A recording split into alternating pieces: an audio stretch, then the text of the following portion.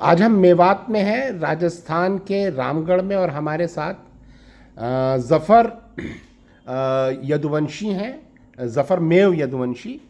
और हम लोग उनसे बात करेंगे कि यहाँ एक बहुत पॉजिटिव मैसेज गया है कि आरएसएस ने दंगा कराने की कोशिश की, लेकिन दंगा नहीं हो पाया, और जिन हिंदुओं का इस्तेमाल करके मुसलमानों के ख़िलाफ़ दंगा भड़काने की कोशिश की गई वो सफल नहीं हुई। तो हम आपसे पूछते हैं कि ऐसा क्या हुआ था, वो उसके पीछे की कहानी क्या थी, वो हम जानते हैं आपसे। जी, आप बताएं, आप किसान आंदोलन से जुड़े रहे हैं और आपने ये पूरा यहाँ पर जो सांप्रदायिक हमला हुआ आरएसएस का पिछले साल, उसमें दंगा नहीं हो पाया, क्या वजह रही उसके पीछे?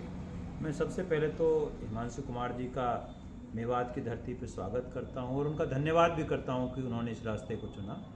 वो खुद अपने आप में एक क्रांति की मिसाल हैं और उनकी कोशिश है वो सभी को जागृत कर रहे हैं। अब उनका सवाल है कि मेवात में आरएसएस क्यों कामयाब नहीं हो पाई, मतलब मुजफ्फरनगर उसे क्यों नहीं बना पाई, मेवात मुजफ्फरनगर क्यों नहीं बन पाया।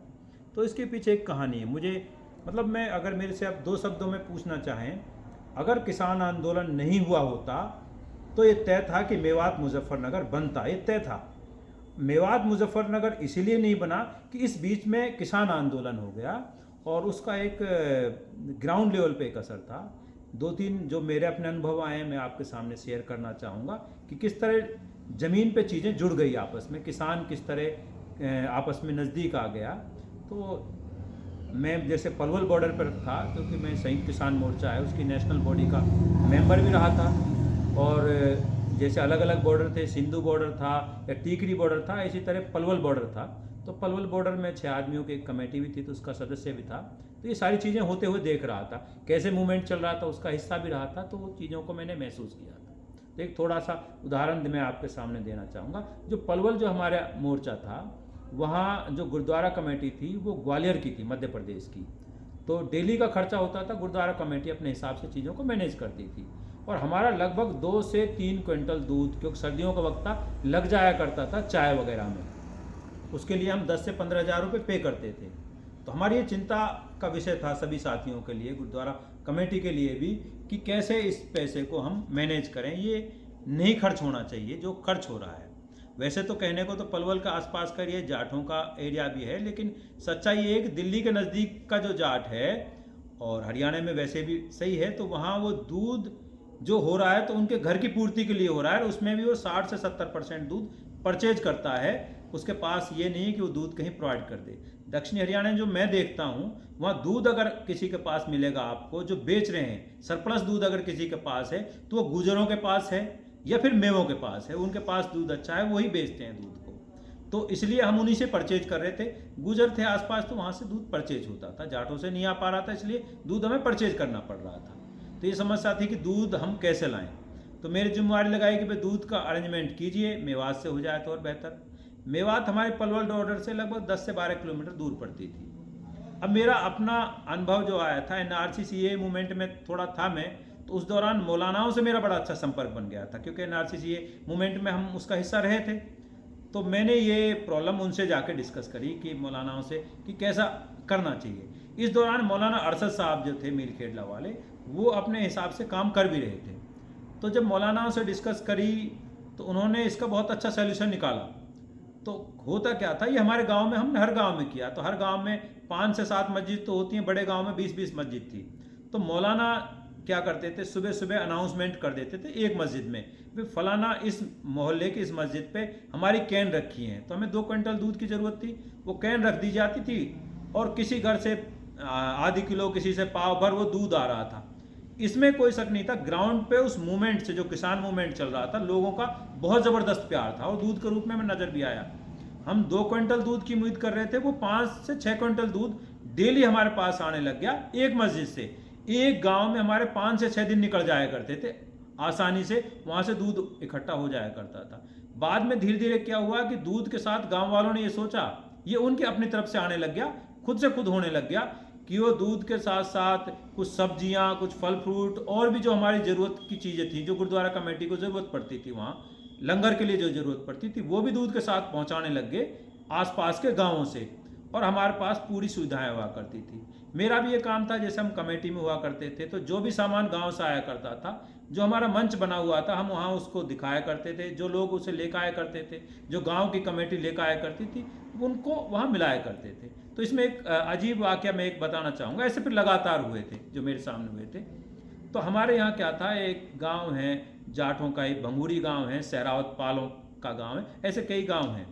तो कोरोना के दौरान ये एक मीडिया के द्वारा एक प्रोपेगेंडा था कि मेवाती और खासकर तबलीगी जमात कोरोना फैला रही है। अब तबलीगी जमात का एक बहुत बड़ा हिस्सा मेवाती हैं, तो ये आ गया कि मेवाती भी ये कोरोना फैला रहे हैं। तो पंचायत हुई थी कि इनको आने मत दो अपने यहाँ, ये अगर आएंगे तो कोरोना फैलेगा। तो उस दिन मरोखड़ा गांव, जो भंगूरी गांव के बराबर था, वहाँ की सरदारी थी, वो इसी तरह दूध भी लेकर आ रही थी और सब्जी लेकर आ रही थी। मैं उनको मंच पे लेकर गया था, भी ये लेकर आए हैं। तो वहीं कुछ जो जाट बिरादरी थी, क्योंकि जाट समाज से अच्छे खासे डागरों से सब आया करते थे, वहाँ बैठा करते थे, और उनका ये भी मेरे से था कि भाई ये जो आंदोलन है, जो किसान आंदोलन है, क्योंकि शुरुआत में किसान आंदोलन का क्यों मैं हिस्सा रहा था, तो इसको पंजाब से स्टार्ट हुआ था, तो ये कहा गया था कि ये तो सरदारों का मूवमेंट है। जब हरियाणा इसका हिस्सा बना और पश्चिमी उत्तर प्रदेश इसका हिस्सा बना, क्योंकि दोनों जगह जाटों की बड़ी भागीदारी है, तो ये था कि ये जाटों का आंदोलन है। तो पहले सरदारों का आंदोलन, फिर जाटों का आंदोलन। तो क्योंकि कमेटी की जो मीटिंग सिंधु बॉर्डर पर हुआ करती थी, कजरिया टाइल्स में हुआ करती थी, तो वहाँ सारे चुडूनी साहब जितने भी, तो मैं भी उसका हिस्सा था वहाँ। ये हमारी एक बड़ी ये थी कि किस तरह ये जो आंदोलन में सर्व समाज का हिस्सेदारी बढ़े, और विशेषकर मुसलमानों की हिस्सेदारी बढ़े। तो इससे ये था कि ये आंदोलन जो सरकार इसको एक्सपोज करना चाहती है जाटों के नाम से, सरदारों के नाम से, वो होने ना पाए। तो कमेटी का ये कोशिश भी थी कि भाई ये मुसलमानों की भागीदारी बढ़े। अब ये हो रहा था, हमें दूध तो मिल ही रहा था, सामान तो हमें मिल ही रहा था किसानों से, साथ साथ में जो मुस्लिम भागीदारी बढ़ रही थी, तो आंदोलन का हमारा जो स्वरूप था वो भी बेहतर हो रहा था हमारे हिसाब से। अब जो मैं मरोखड़ा की आपको बात बता रहा था, वहाँ के लोग आए थे, तो कुछ लोगों के जो सहरावत पाल के थे, उन्होंने उनको देख के, और बुजुर्ग थे, वो उनको खड़े होकर देख के रोने लगे, और जाट लोग मुस्लिम्स को देख के रोने लगे। हाँ बिल्कुल, सरदारी थी, जो जाटों की सरदारी थी, वो रोने लगी। तो उनका ये था कि हमें वो पंचायत नहीं करनी चाहिए थी कोरोना के टाइम पे, क्योंकि एक पंचायत हुई थी बाकायदा बिरादरी की कि इनको रोको, वैसे नहीं रोका गया था। कि जाटों ने पंचायत करके ये फैसला किया था कि मुसलमानों को अपनी तरफ मत आने दो अपने गांव में। हाँ, मेवातियों को क्योंकि टच करते हुए गांव के दोनों मुसलमानों को, क्योंकि ये कोरोना फैला रहे हैं। कोरोना। और फिर जब किसान आंदोलन में उन्होंने उनका सामना हुआ, तो वो रोने लगे जाट लोग। हाँ बिल्कुल बिल्कुल, इस मीडिया का प्रोपेगेंडा था कि मेवाती और तबलीगी जमात कोरोना फैला रही है, और फिर दोबारा मीडिया का प्रोपेगेंडा था कि ये आंदोलन तो जाटों का आंदोलन है। आज फिर वही मेवाती और वही मुसलमान वो सारा सामान लेके आ रहे थे, तो उन्हें लगा कि हिस्सेदारी दिल से हो रही थी, वहाँ से भागीदारी पूर्णतः हो रही थी, और उन्होंने इसको महसूस किया कि हमें एक रहना चाहिए। और मीडिया को उस प्रोपेगेंडा को, खासकर संघ का और जो ब्राह्मणवाद का जो प्रोपेगेंडा, उसको समझ रहे थे, और वो लोग रोके मिले। मेयों की जो सरदारी थी वो भी, क्योंकि कहीं ना कहीं वो पंचायतें कहीं ना कहीं वो टीस तो थी। ये एक वाकया नहीं, ऐसे कई वाकये लगातार हुए। तो ये मेरे कहने का मतलब ये है, तो एक जो विभिन्न, एक ही कबीले के जो विभिन्न विश्वासों के लोग हैं, चाहे वो हिंदू थे, मुसलमान थे, जाट, मुस्लिम, वो सब किसान आंदोलन में एक साथ आ गए। नहीं बिल्कुल बिल्कुल, इसका सबसे बड़ी बात ये रही थी, हमारे यहाँ चौधरी छोटू राम की एक कहावत है, वो मेवात के लिए और यहाँ के लिए, जाट का क्या हिंदू, मेव का क्या मुसलमान। तो मकसद उनका ये था कि जाट जो है, और ये जो उन्होंने बात कही थी 1920-25 के आसपास की थी, लगभग 100 साल पहले की थी। और 100 साल पहले सही बात ये कि जाट हिंदू नहीं था, मेव मुसलमान नहीं था। उसके बाद एक पूरा उस पर काम हुआ है, वो एक अलग मसला है, उस पर अलग डिस्कस किया जा सकता है, लेकिन उसके बाद जाट हिंदू बना है, मेव मुसलमान बना है। लेकिन चौधरी छोटू राम की यही कोशिश थी कि जाट हिंदू बनने के बजाय किसान बना रहे, और मेव भी किसान बना रहे, क्योंकि दोनों बेसिकली किसान हैं, और अगर किसान बने रहते तो उनकी ताकत भी बढ़ती है। चौधरी छोटू राम ने इस पे 100 साल पहले काम किया था, और उसमें वो सफल भी हुए थे, और उसी से यूनियनिस्ट पार्टी सफल भी हुई थी उस दौरान। लेकिन 100 साल में हम अपनी चीज़ों को, बुजुर्गों को भूलें, तो आज मार भी खा रहे हैं जाट और नॉन जाट की, क्योंकि हरियाणा में एक अलग लड़ाई है, यहाँ हिंदू मुसलमान की लड़ाई नहीं है, जाट नॉन जाट की लड़ाई है। और राजनीति उसी पे चलती है। बेशक। तो मैं उसी मुद्दे पर, इसलिए जाट उसको और बेहतर समझ रहा है कि राष्ट्रीय स्तर पे तो ये हिंदू मुसलमान करते हैं, लेकिन जब हरियाणा की बात आती है तो यहाँ हिंदू मुसलमान नहीं, जाट नॉन जाट का मसला आता है। 35 जात एक तरफ और जाट अलग, जाट एक तरफ हो जाता है, बिल्कुल ही हरियाणा। इसलिए वो समझ रहे हैं इस चीज़ को, बहुत बेहतर तरीके से समझ रहे हैं। तो किसान आंदोलन का मेरा मसला है कि किसान आंदोलन ने दोबारा से किसान को एक किया है, जाटों को, मेयों को, इन सबको दोबारा से किसान बनाया है और वो कनेक्ट हुए हैं। और ये 1-2 दिन नहीं चला है, क्योंकि आंदोलन लगभग 1.25 साल चला है। तो ग्राउंड लेवल पे जो कनेक्टिविटी है, लोगों का जो दिल है, वो मिल गए। अब शायद संघ इस बात को नहीं समझ पाया, उन्हें लगा कि जैसे इजीली हमने मुजफ्फरनगर में फसाद फैला दिए थे, मेवात में हम फैला देंगे। लेकिन ये जो काम हुआ था इतना आराम से हुआ था कि वो इस चीज़ को नहीं समझ पाए। तो जब उन्होंने दंगे करवाने की कोशिश की है, तो ये दंगे जो जाट थे वो ये कहने लगे कि भैया हम तो आज जाट नहीं, हम तो किसान हैं, और हम भैया हिंदू तो बिल्कुल भी नहीं है। वो इस चौधरी छोटू राम की उसी बात को लेकर आ गए कि भैया हम तो पहले किसान हैं, और वो मेवों के साथ खड़े हो गए। और यहाँ एक मसला और बताना चाहूँगा हिमांशु जी, जो जाट हैं, जैसे मैं खुद जफर में यदुवंशी लगाता हूँ, तो यहाँ का एक अलग मसला और है। जो यहाँ का जो मेव है वो शादियाँ भी उनकी गोत्रपाल जाटों के और गुजरों की तरह है। उनके अगर आप 700-800 साल या 1000 साल पहले चल जाओगे तो एक ही, ऐसे समझो एक ही जो शाखा है उसकी अलग अलग, बिल्कुल जेनेटिकली एक कबीला एक है, बिल्कुल। अब जैसे मेरी बात करोगे तो जो जाटों में सिनसिनवार हैं, खासकर महाराजा सूरजमल सिनसिनवार हैं, वो यदुवंशी हैं।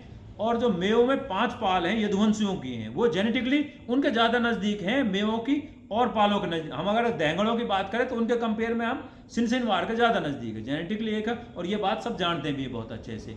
आज भी हमारी शादी ब्याह मुसलमानों में और जगह होती हैं, लेकिन हमारी शादियाँ गोत्र के हिसाब से ही होती हैं। अगर मेरा गोत्र छिरकलौत है तो मैं उस गोत्र को पूरे को बचाऊंगा, ठीक है ना। मेरी शादी वहाँ नहीं होगी, क्योंकि वहाँ मेरा भाई बहन का ही रिश्ता होगा।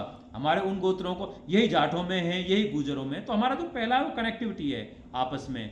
तो ये सारी चीज़ किसान आंदोलन ने दोबारा से कनेक्ट करी, और शायद इसी का ही असरात हैं कि मैं तो ये कहूँगा कि एक बहुत बड़ा दंगा जो ये कराना चाहते थे मेवात में, मुजफ्फरनगर बनाना चाहते तो नहीं बन पाया। मैं तो किसान आंदोलन का बहुत बहुत उन साथियों को बहुत बहुत धन्यवाद करना चाहूँगा, जिनकी वजह से ये मेवात में जो जलने से बच गई। तो इससे सबक ये निकल रहा है, जो पॉलिटिकल सबक है, हाँ, कि अगर हम जन आंदोलनों को मजबूत करते हैं तो आरएसएस को कमज़ोर किया जा सकता है। मेरा तो मानना ही ये है कि संघ से अगर लड़ना है तो जन आंदोलन करने पड़ेंगे। अब मैं आपसे बता रहा था, एनआरसी का अगर मूवमेंट नहीं होता तो मेरे मौलानाओं से कनेक्टिविटी नहीं होती बिल्कुल भी उसके जरिए, क्योंकि थोड़ा सा मैं अलग काम कर रहा था तो उनसे कनेक्टिविटी। तो ये एनआरसी का फ़ायदा ये हुआ, उनको ज़रूरत महसूस हुई एनआरसी के मूवमेंट के दौरान, कि उनको भी उस दौरान ये था कि मुसलमानों का मूवमेंट है, तो उनको उस टाइम जो जाटों का सहयोग मिलना चाहिए था वो नहीं मिला। इसलिए जब किसान आंदोलन हुआ तो तुरंत सहयोग के लिए आ गए। उनको समझ में आ गया था कि हमें सहयोग आपस में बढ़ाना पड़ेगा, तभी हम संघ से लड़ सकते हैं। तो एक तो ये क्लियर हो रहा है आंदोलन के जरिए कि दुश्मन कौन है, वास्तव में वो हमें बांट रहा है और हम बट रहे हैं और आपस में लड़ रहे हैं। तो एक जो हम हो रहे हैं तो बेहतर है। जी जी, हाँ जी, बहुत शुक्रिया आपका और इतनी महत्वपूर्ण बात करने के लिए। और मुझे लगता है कि जो दर्शक इसको देख रहे हैं वो इससे एक राजनीतिक सबक लेंगे और मिलकर के हम सांप्रदायिक शक्तियों को, फासीवादी शक्तियों को हरा पाएंगे। बहुत बहुत धन्यवाद।